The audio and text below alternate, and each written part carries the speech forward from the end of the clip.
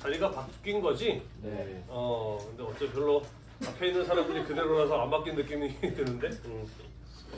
네, 여러분 반갑습니다. 캠브리지 동아시아사 이번 시간에 우리는 한반도 아니고 한반도와 일본 열도로의 인구 이동에 대해서 이야기를 해보고요. 그리고 호족과 한족의 융합에 대해서 이야기를 하면서 수당의 시작까지 같이 한번 살펴보도록 하겠습니다. 자, 우리가 지난 시간에 이야기한 내용이 무엇이었냐면요. 인구 이동은 동아시아에서 기원을 전후한 시기에서부터 대략 7세기, 8세기까지 농경지역, 유목지역 할 것 없이 대규모로 이루어졌다라고 이야기를 하였어요. 그러면서 인구 이동의 사례 가운데 먼저 중국에서 있었던 인구 이동에 대해서 이야기를 했어요. 그죠? 5호가 3세기경에 화북 지역으로 남하하게 되면서 5호 16국 시대가 시작이 되고 한족들은 그에 의해 밀려서 강남 지역으로 이동하게 되었다라고 이야기를 했습니다. 자, 그러면서 동진이 세워지게 되었다라고 이야기를 했죠. 자, 그러면서 이후에 화북에서는 북위에 의해서 통일이 되었다가 북위가 동이, 서이, 북제, 북주로 나뉘어지게 되고 강남 지역에서는 송제, 양진으로 네 차례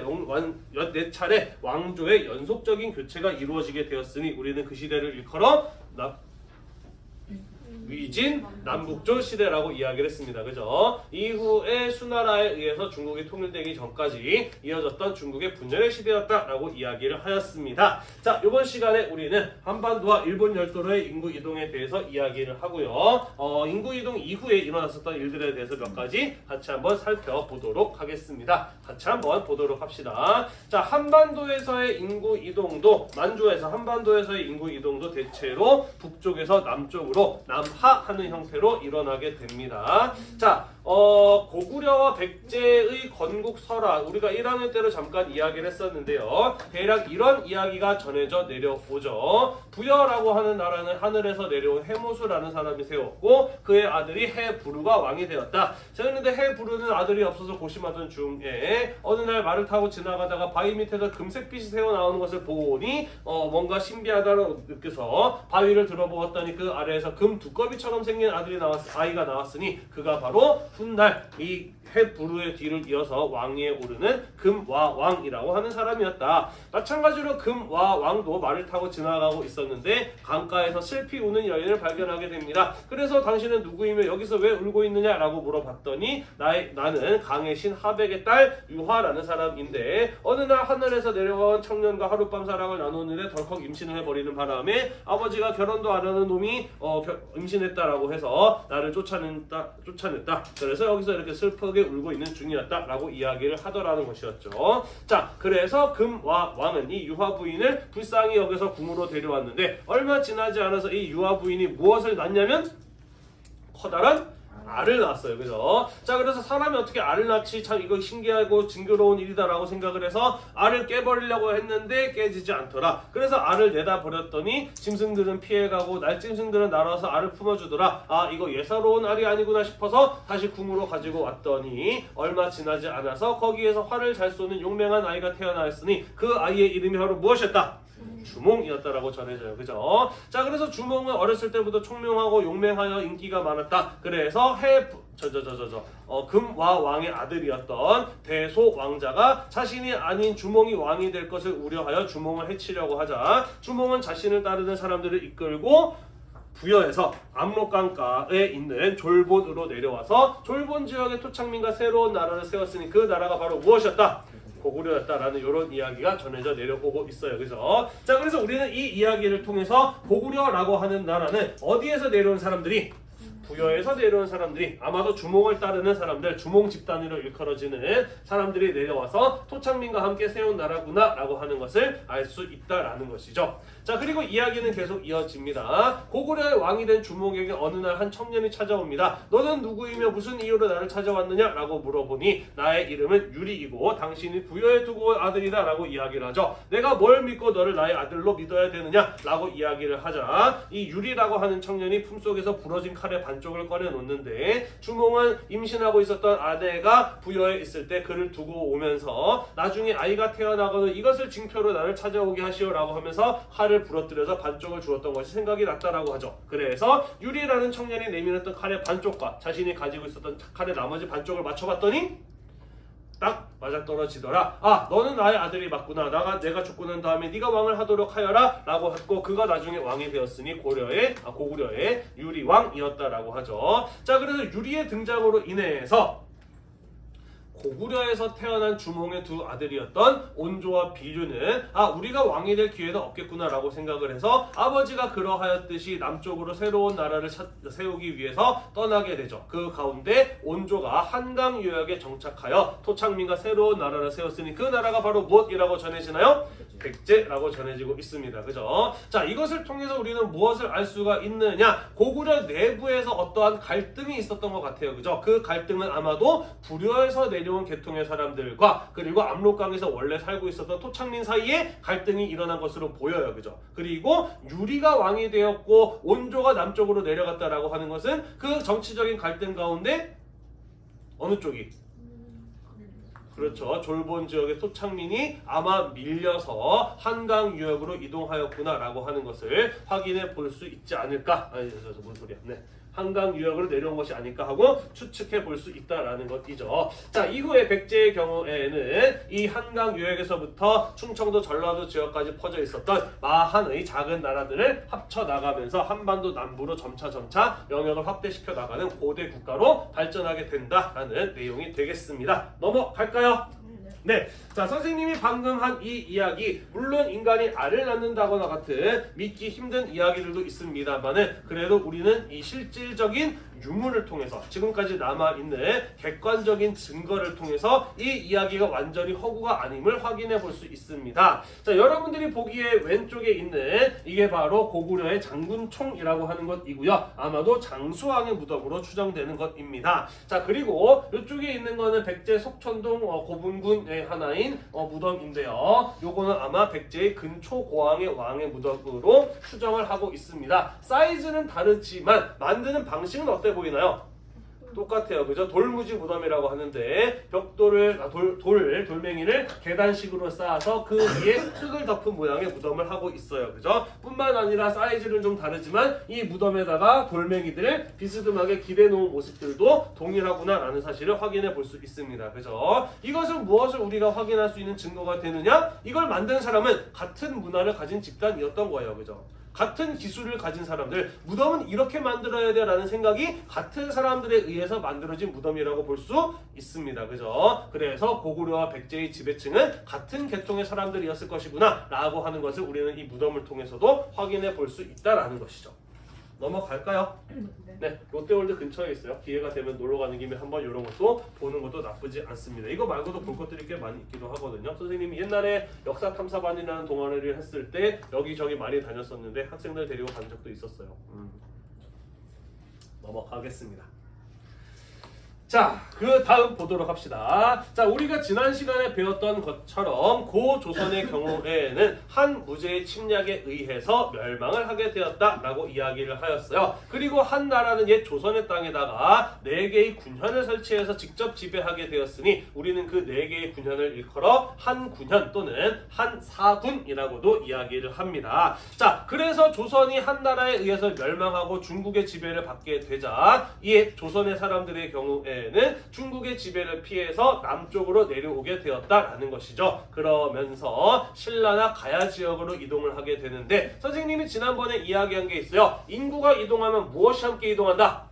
문화가 함께 이동한다라고 이야기를 했어요. 그지? 옛 조선의 경우에는 위만이 왕이 되고 난 이후부터 중국의 철기 문화를 본격적으로 받아들였어요. 그죠? 따라서 조선이 망하고 난 이후에 조선의 유민들이 남쪽으로 내려갈 때 그들이 가지고 있었던 철기 문화도 함께 이동하게 되었다라는 것이죠. 그러면서 우수한 철기 문화를 가지고 있는 옛 조선의 유민들이 신라나 가야 지역으로 이동을 하게 되면서 그 지역의 발전에 기여하였다라는 내용이 되겠습니다. 철기 이주민이 경주의 토착민과 결합하여 신라 건국의 토대를 마련하였다라는 것이고요. 낙동강 하류 지역에 가야와 연합을 하면서 발전을 이루게 되었다라는 것이에요. 실제로 이 가야 지역에서는 어마어마하게 많은 양의 철기 유물들이 발견됩니다. 가야의 경우에는 옛 사만 시절 변한 때부터 많은 철을 가지고 철기를 만들었던 것으로 보여요. 철이 굉장히 풍부한 지역이라서 일본에까지 많은 철을 수출했던 나라, 그게 바로 가야라고 하는 나라입니다. 뒤에 가서 다시 한번 이야기를 하게 될 거예요.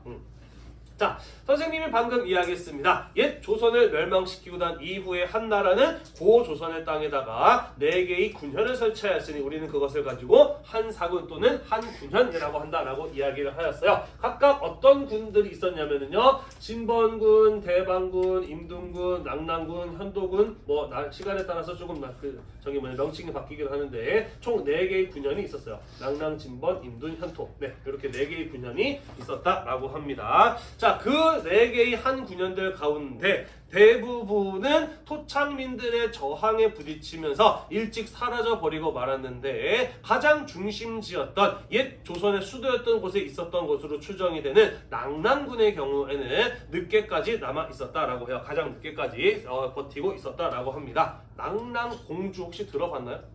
호동왕자와 낙랑공주, 그죠? 고구려의 호동왕자와 낙랑공주. 낙랑에는 적이 쳐들어오면 스스로 울리는 북자명고라고 하는 게 있었는데, 고구려의 호동왕자를 사랑한 낙랑의 공주가 그 자명고를 찢어서 적이 오는 소리가 울리지 않도록 해서 낙랑이 망했다라는 이런 얘기 어렸을 때 한 번쯤 들어봤지, 그지? 네, 거기 나오는 그게 바로 이 낙랑군이라고 하는 곳이 되겠습니다. 자, 낙랑군이 어디에 있었느냐? 역사학계의 학자들에 따라서 조금씩 다르게 보기는 해요. 애국심이 좀 투철했던 민족주의 사학자들의 경우에는 여기에 있었다. 여기가 옛 고조선의 중심지였다라고 하면서 우리의 고대의 영토를 좀 넓게 보려는 이런 경향이 있고요. 북한의 역사학계의 경우에는 이쪽에 있었다라고 보기도 하는데 우리나라 역사학계에서는 낙랑군의 위치를 오늘날의 평양이 있는 대동강 유역에 있었던 것으로 보고 있습니다. 사실 남한의 역사학계의 주장이 가장 설득력이 있는 게 이 낙랑과 관련된 유문들이 평양 지역에서 가장 많이 나오기는 하거든요. 자, 어쨌든 이 마지막까지 버티고 있었던 낙랑이 4세기에 고구려에 의해서 멸망을 하게 되면서 중국의 정권은 모두 만주와 한반도에서 사라지게 되었다라는 것입니다. 자, 그러면 선생님이 지난번에 이야기했던 것처럼 동아시아 역사에서 가장 문화와 기술 발전의 속도가 역사적으로 빨랐던 지역은 어디였나요? 중국이었어요. 그죠? 그래서 중국이 만들었던 이 낙랑군 지역의 경우에는 다른 한반도와 만주 지역에 비해서 상당히 수준 높은 문화와 기술을 가지고 있었다라는 것이죠. 자, 그래서 낙랑군이 고구려에 의해서 정복이 되면서 고구려의 문화적, 기술적, 경제적 수준이 올라간 것도 맞습니다만은 이 낙랑군이 고구려에 의해서 멸망을 하게 되면서 고구려의 지배를 피해서 남쪽으로 이동했던 사람들이 백제와 가야 연맹 지역으로 이동하게 된다. 그리고 아까도 이야기했듯이 인간이 이동하면 무엇이 함께 이동한다? 문화가 함께 이동한다. 낙랑군의 수준 높은 문화가 백제 가야 지역에 전파가 되면서 이 지역의 발전에 기여하기도 하였다라는 이야기가 되겠어요. 되셨죠? 네. 그리고 가야의 경우에는 일본과 가깝다 보니까 많은 사람들이 일본 지역으로 이주하기도 하였는데 그 과정에서 가야의 우수한 철기 문화가 전파가 되고 둘 사이에 철의 교역이 활발하게 이루어지기도 하였다라는 내용이 되겠습니다. 넘어갈까요? 네, 넘어가도록 하겠습니다. 자, 우리가 앞으로 배울 텐데요. 중국에서 위진 남북조 시대의 분열의 시대였을 때 한반도와 만주에서는 고구려, 백제, 신라 그리고 가야에 의해서 나누어졌었던 이른바 삼국시대가 전개되고 있었습니다. 자, 그리고 우리는 1학년 때 배웠다시피 삼국시대 때 고구려, 백제, 신라 사이에서는 전쟁이 상당히 잦게 활발하게 일어나고 있었어요. 그죠? 치열하게 한반도와 만주에서의 패권 다툼이 벌어지고 있었다라고 이야기를 했습니다. 자, 그러다 보니까 이 삼국시대 때 한반도에 사는 사람들은 살기가 좋았을까? 그다지 좋지 않았을까? 좋지가 않았어요. 그죠? 매일같이 전쟁이 벌어지는 일상 당연히 피하고 싶을 겁니다. 그죠? 자, 그래서 삼국시대 때 일어나던 이러한 갈등들을 피해서 많은 한반도와 만주의 사람들이 어디로 이동하기도 하였다? 일본으로 이동하기도 하였다라는 것이에요. 자, 특히 백제의 경우에는 우리가 작년에도 배웠고 또 앞으로도 배울 텐데요. 국제관계 속에서 일본을 자기 편으로 만들기 위해서 상당히 적극적으로 외교를 하고 그 결과 긴밀한 관계를 맺었던 나라가 바로 이 백제라는 나라였어요. 그래서 백제가 멸망하고 난 이후에 수많은 유민들이 일본으로 이주해가는 현상이 나타나기도 하였다라는 것이고요. 고구려의 경우에도 일부 주민들이 일본 열도로 이주하기도 하였다라는 것이에요. 뿐만 아니라 우리가 지난 시간에 배웠던 이 위진 남북조 시대, 한나라가 위촉 오로 나뉘었다가 그것이 5호가 쳐들어오게 되면서 화북에는 5호 16국, 아래는 동진이 세워지는 이 중국의 상황 역시 혼란한 시대였나요? 안정된 시대였나요? 혼란한 시대였어요. 사람들이 살기가 어려웠어요. 그죠? 그래서 중국의 한족들의 경우에도 한반도를 거쳐서 일본 열도로 이주해가는 이러한 현상들이 일어나기도 하였다라는 것이죠. 이해가 되시죠? 자, 우리는 이렇게 한반도나 중국에서 일본으로 건너간 사람들을 일컬어 무엇이라고 부르냐면은 건널 도자에 일본 외자를 써서 도외인이라고 합니다. 일본으로 건너간 사람이란 뜻으로 도외인이라고 불러요. 일본에서는 뭐라고 부르느냐? 건너온 사람이란 뜻에서 건널 도자에 올 레자를 써서 도레인이라고 이야기를 해요. 같은 사람들입니다. 일본으로 건너간 사람, 건너온 사람, 지역에 따라 조금 다르긴 하는데 둘 다 똑같은 사람들을 지칭하는 용어라고 보시면 될 것 같아요. 자, 그래서 선생님이 아까 이야기했듯이 인구가 이동하면 무엇이 함께 이동한다? 문화가 함께 이동한다. 알다시피 동아시아 지역에서 사실 역사적으로 문화와 기술 발전 속도가 가장 뒤처졌던 지역은 어디였어요? 일본이었어요. 그죠? 그래서 만주와 한반도 지역의 사람들이 일본으로 이주해 가게 되었을 때 아직까지 일본 사람들이 가지고 있지 못했던 수준 높은 문화와 기술이 함께 전파가 되었다라는 것이죠. 자, 그러면서 일본에서도 점차 인간 사회가 발전해 나가게 되면서 고대 국가의 형태를 갖추어 나가게 되었다라는 것이에요. 그리고 그것은 이후에 일본 최초의 통일 국가였던 야마토 정권이라고 하는 나라가 세워지고 발전하는 데 기여하였다라는 것이에요. 네. 자, 우리가 일본의 국가의 성립과 발전에 대해서 가장 마지막으로 이야기한 게 무엇이었냐면은 일본은 30여 개의 소국으로 이루어져 있었고 그 가운데 야마타이국이 그것을 이끌고 있었고 야마타이국의 히미코 여왕이라고 하는 사람이 일본을 대표하고 있었다라는 것까지 배웠잖아요. 그죠? 여러 개의 30개 넘는 나라로 나뉘어져 있었던 일본이 어떻게 되었다? 점차 통일되었다. 어느 지역에서 시작됐는지 정확하게 알 수는 없지만 도레인들이 가지고 온 기술과 문화가 이 30여 개의 나라 가운데 어느 나라의 힘을 굉장히 강하게 만들었을 것이고 그 발전된 문화와 기술을 바탕으로 점차 다른 작은 나라들을 정복해 나가게 되면서 영역을 넓혀 나가고 일본 최초의 통일국가가 세워지게 되었으니 우리는 그 나라를 무엇이라고 부른다? 야마토 정권이라고 부른다라는 것이에요. 왜 야마토 정권이라고 부르느냐? 나라 이름이 뭐였는지 정확하게 알 수는 없어요. 다만 야마토 지방을 중심으로 일본의 야마토 지방을 중심으로 성장하고 발전해 나갔던 나라라는 의미에서 후대의 사람들이 야마토 정권이라고 부르는 거예요.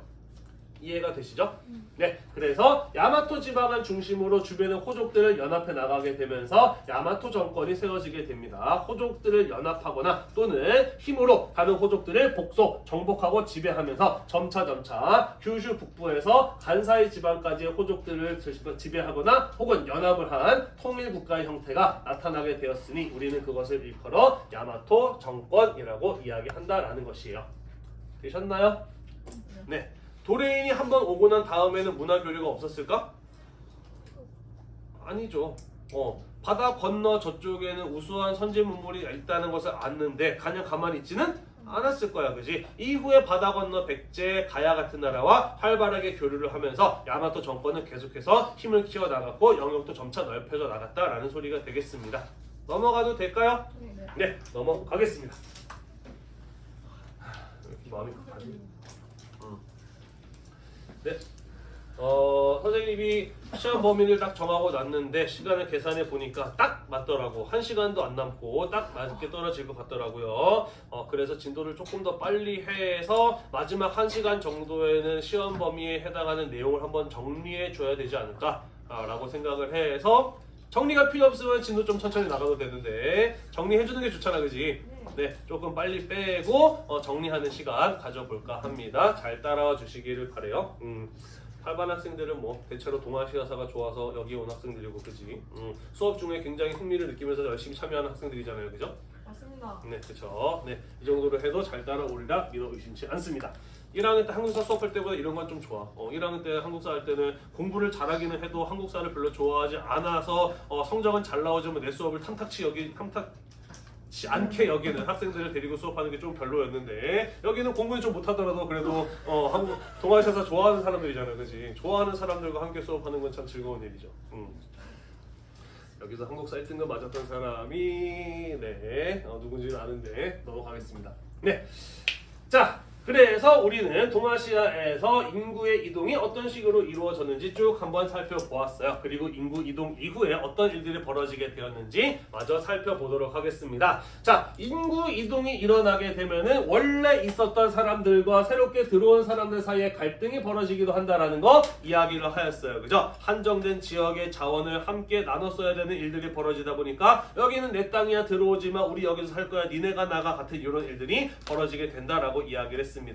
뿐만 아니라 두 개의 이주 정권이 함께 들어와서 또 갈등이 벌어지는 일들도 발생하였다라고 이야기를 하였어요. 그래서 인구 이동은 해당 지역의 전쟁과 정복 그리고 누구가 주도권을 가질 것인가에 대한 다툼이 발생하게 되었다라는 것이죠. 자, 특히 이들 이주 집단과 토착 집단 간에 갈등이 벌어지게 되었던 가장 중요한 원인 가운데 하나는 무엇이었냐면은 서로 다른 지역에 살았던 사람들이다 보니까 서로 문화가 달랐다. 생김새뿐만 아니라 서로 다른 문화를 가지고 있는 사람들이다 보니까 얘네는 우리랑 같은 사람이 아닌데 우리는 얘네랑 같이 살 수 없어 라고 하는 이런 어떤 생각들을 가졌다는 것이고 그로 인한 갈등들이 일어나게 되었다라는 것이에요. 특히 어느 지역에서 그러한 갈등이 심각했느냐? 바로 화북 지역에서 5호라고 하는 지금까지 유목지역이라고 하는 전혀 다른 문화를 가지고 있는 사람들이 화북에 내려와서 화북에 지금까지 농경 문화를 바탕으로 살고 있었던 사람들과 함께 살아가야 되는 일이 벌어지게 되었어요. 그죠? 이 두 개의 집단 간의 문화적 차이는 무척이나 컸기 때문에 그런 문화적 차이에 따른 갈등이 대단히 심각하지 않을 수 없었다라는 것이죠. 자, 그래서 우리가 지난 시간에 배웠던 것처럼 5호가 내려왔는데 화북 지역에 세워졌던 나라가 몇 개 정도 됐던 거예요?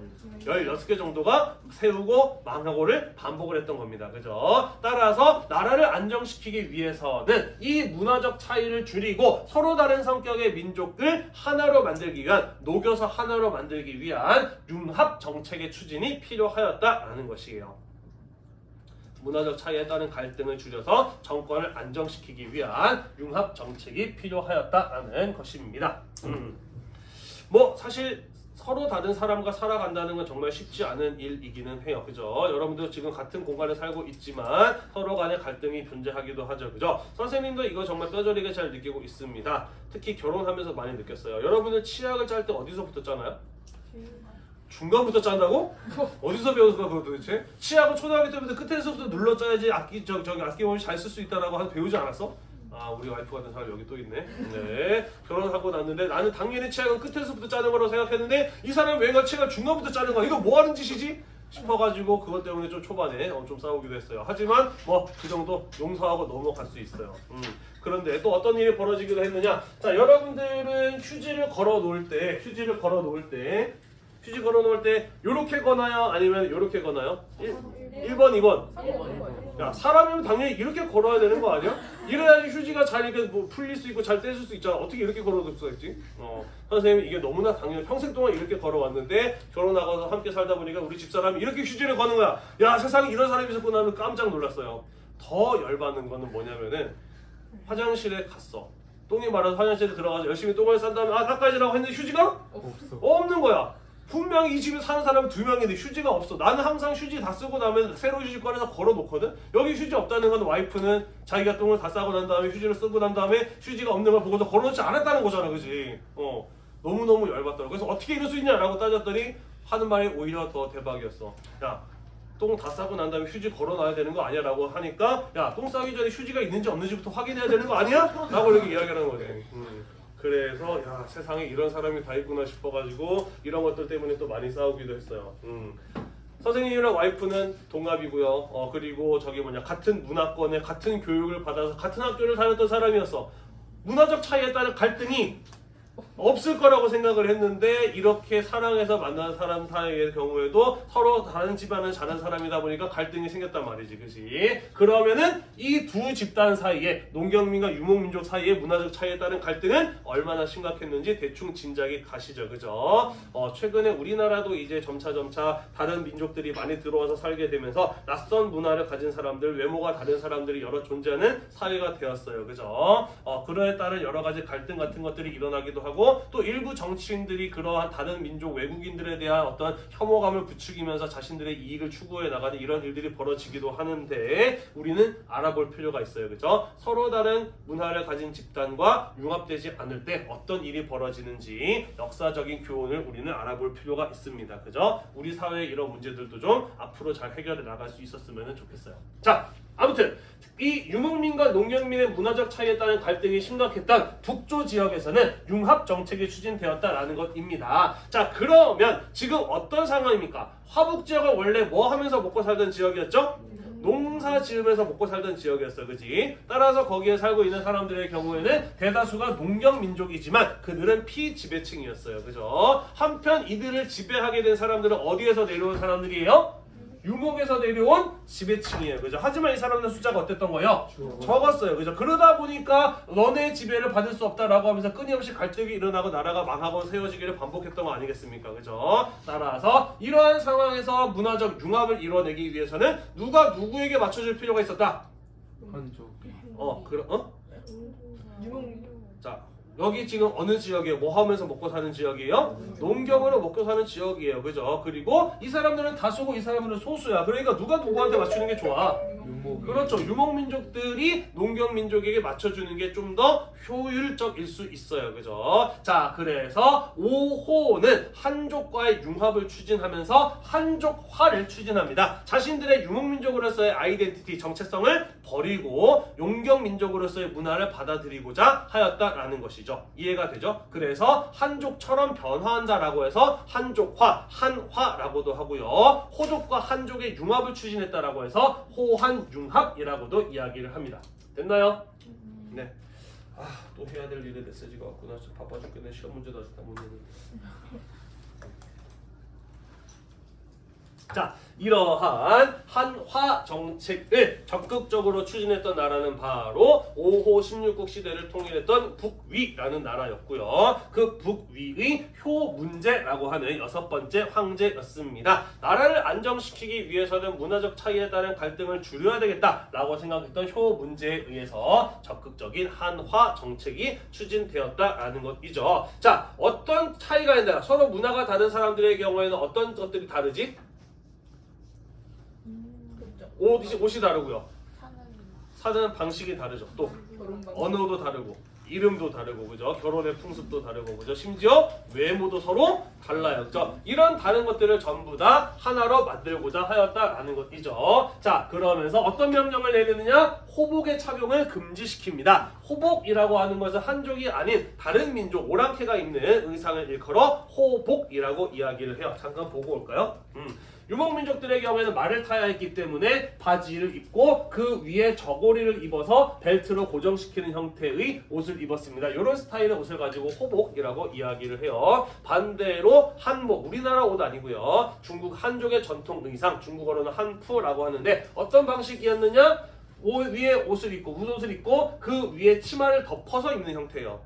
남자도 웃옷을 입고 그 위에 치마를 덮어서 벨트로 고정하는 형태의 옷을 입었다라는 것이죠. 이게 사실은 한족들의 전통 의상이거든요.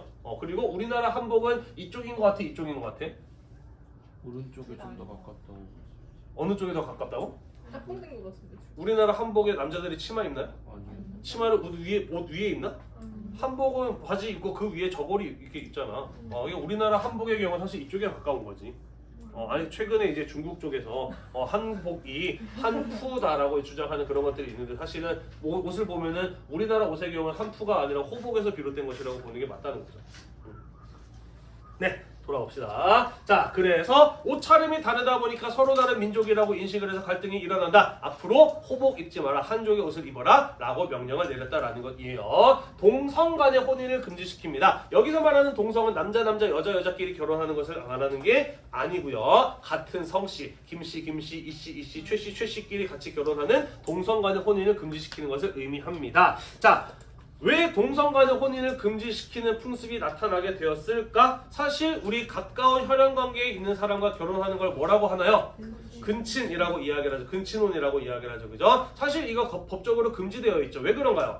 근친혼할 경우에 그렇죠. 기형아가 태어날 수 있는 가능성이 상당히 높아지게 됩니다. 그죠? 자, 그래서 농경민족의 경우에는 땅에 붙어 사는 사람이기 때문에 나와 같은 성씨일 경우에는 근친혼이 이루어질 가능성이 상당히 높아요. 따라서 농경민족에게는 근친혼이라고 하는 것은 절대로 해서는 안 될 금기시되는 혼인의 풍습이었던 거지. 자, 하지만 유목민족들은 어떻느냐? 이동생활하는 사람이요. 나와 같은 성씨라고 해서 이 사람이 반드시 나의 근친일 가능성이 현저하게 낮습니다. 그러다 보니까 유목민족 사이에서는 근친혼 할 수 있지 뭐 라는 이런 어떤 생각과 문화를 가지고 있었던 것이에요. 그러다 보니 한족들과 호족이 5호가 함께 살게 됐을 때 야 쟤네 진짜 야만인이야 어떻게 근친으로 혼인을 할 수가 있지? 라는 이런 생각을 하게 되면 그들을 더욱 배척하게 되는 원인이 되었던 겁니다. 이해가 되죠? 그래서 앞으로 동성간의 혼인 금지 이런 명령을 내렸던 것이죠. 이름 바꿔 언어 바꿔, 옷도 바꿔 입어 전부 다 명령을 내렸던 겁니다. 자, 그래서 호족의 언어를 사용하지 못하게 하고 한족의 언어를 배워서 사용하게 할 것, 이름도 바꾸라고 하였어요. 그래서 이 효문제부터 원래 이름이 한족의 선비족의 이름인 탁발씨였는데 탁발괭에서 한족의 성인 원씨를 가지고 옵니다. 그러면서 원괭으로 이름을 바꾸게 돼요.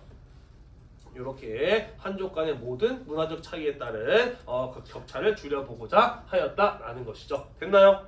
생김새를 어떻게 바꿀 수 있을까 그러면? 성형수술도 못하는데. 생긴 걸 다른 문제는 어떻게 해결할 수 있을까?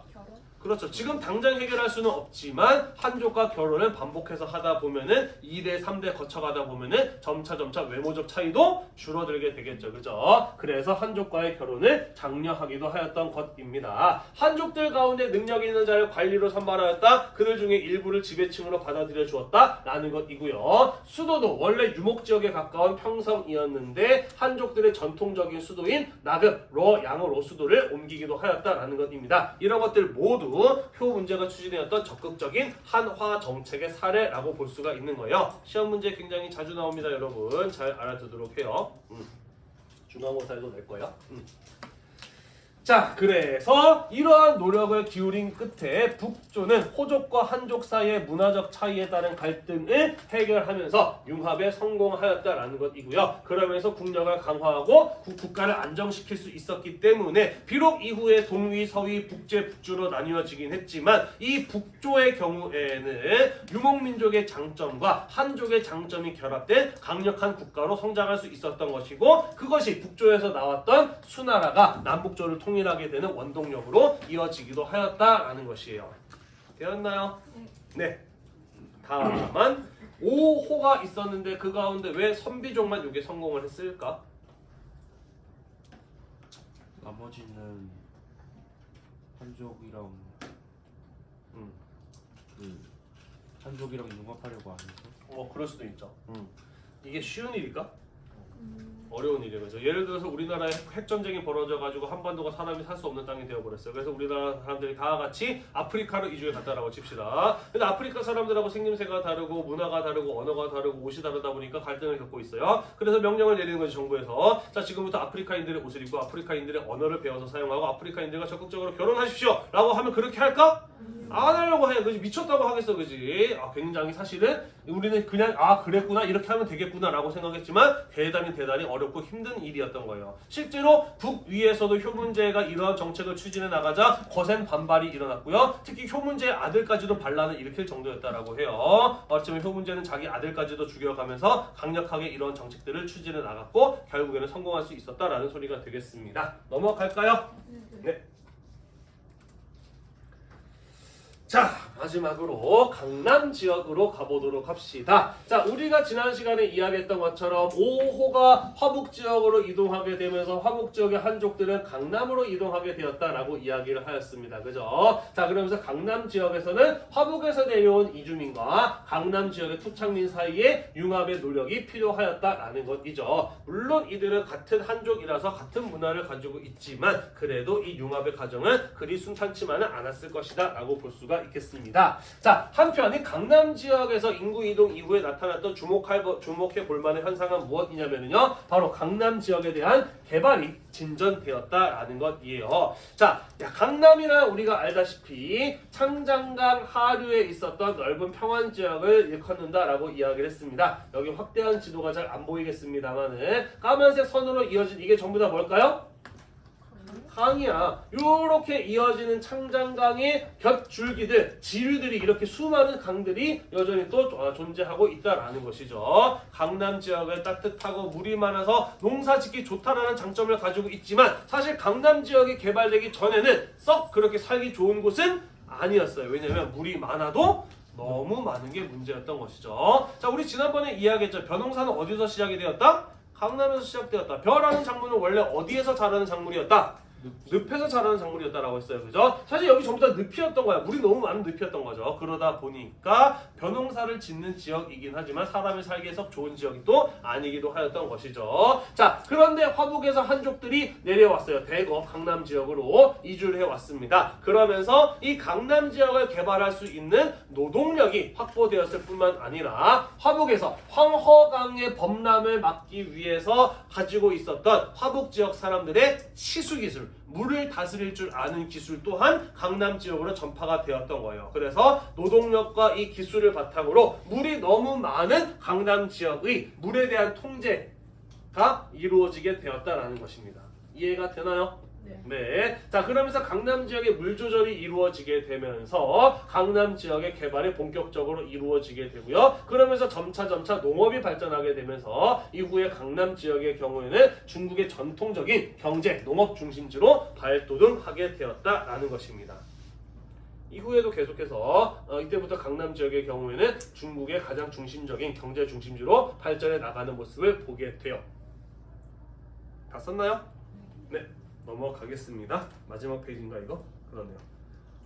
네, 마지막 페이지 보도록 하겠습니다. 자, 그러다가 위진 남북조 시대가 수나라에 의해서 통일이 되었어요. 우리가 다음 시간쯤에 배우겠습니다만은 이 수나라가 중국을 통일하고 난 이후에는요, 지금까지 중국에 있었던 법과 제도를 정비해서 율령체제라고 하는 중앙 집권적인 통치체제를 만들어내게 됩니다. 뒤에서 배우겠습니다만 이것은 상당히 잘 만들어진 국가 통치의 시스템이었어요. 자, 하지만 수나라의 경우에는 잘 만들어진 제도를 가지고 있었습니다만은 일찍 망해버리고 말죠. 왜 망해버렸느냐? 초반에 힘을 너무 많이 빼서 그랬어요. 왜 초반에 힘을 너무 많이 뺐느냐? 이유는 두 가지였습니다. 첫 번째, 대운하의 건설이었고요. 두 번째, 고구려의 침공이었습니다. 운하가 뭔가요? 운하? 그렇죠. 원래는 육지야. 그런데 인공적으로 무슨 길을 만들어 준 거냐면은 그렇죠. 배가 다닐 수 있는 물길을 인공적으로 만들어 준 거예요. 그죠? 여러분들 세계적으로 유명한 운하에 어떤 것들이 있나요? 수에즈 운하, 또 파나마 운하라고 하는 거 있어요. 그죠? 우리 작년에 한국사 시간에도 얘기하지 않았었나? 기억이 안 나나요? 네. 네, 그럴 수 있어요. 맞나?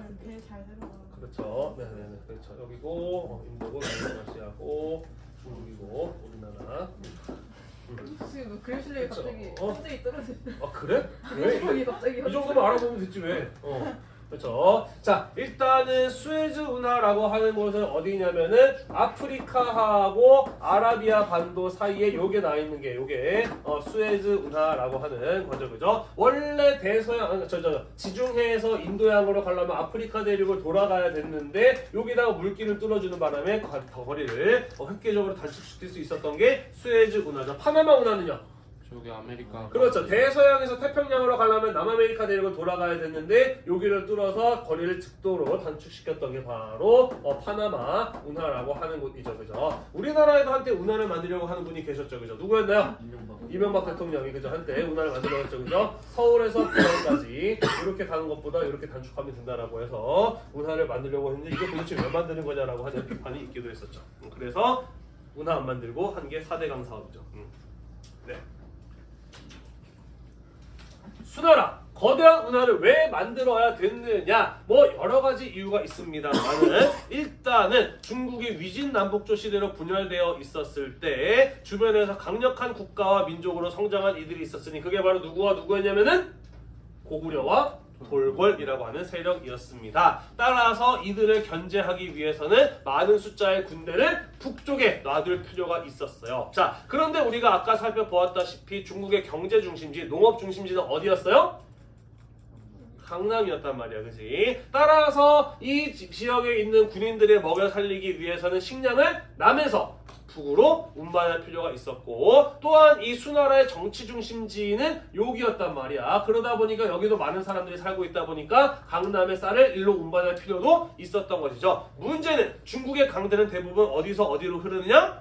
서에서 동으로 흘러요. 그래서 강들을 연결시켜서 인공적인 물줄기를 만들어줄 필요가 있었던 것이죠. 그렇게 연결된 게 바로 대운하라고 하는 것이었습니다. 나름 필요한 일이었을지 모르지만은 포크레인도 없던 당시에 이거 만드는데 어마어마한 비용이 들어갔을 겁니다. 그죠? 또한 고구려의 대규모 침공을 감행하였으나 고구려를 정복하지 못하고 실패로 끝나버리고 말았어요. 그죠? 이렇게 중국을 통일한 지 얼마 되지 않아서 지나치게 힘을 일찍 빼버렸던 수나라의 경우에는 결국 반란이 일어나게 되면서 일찍 멸망을 하게 되고, 이연이라고 하는 사람에 의해서 새로운 나라가 세워지게 되었으니 그 나라가 바로 당이라고 하는 나라였다. 이연은 황제가 되면서 이후에 당고조라고 불리게 됩니다.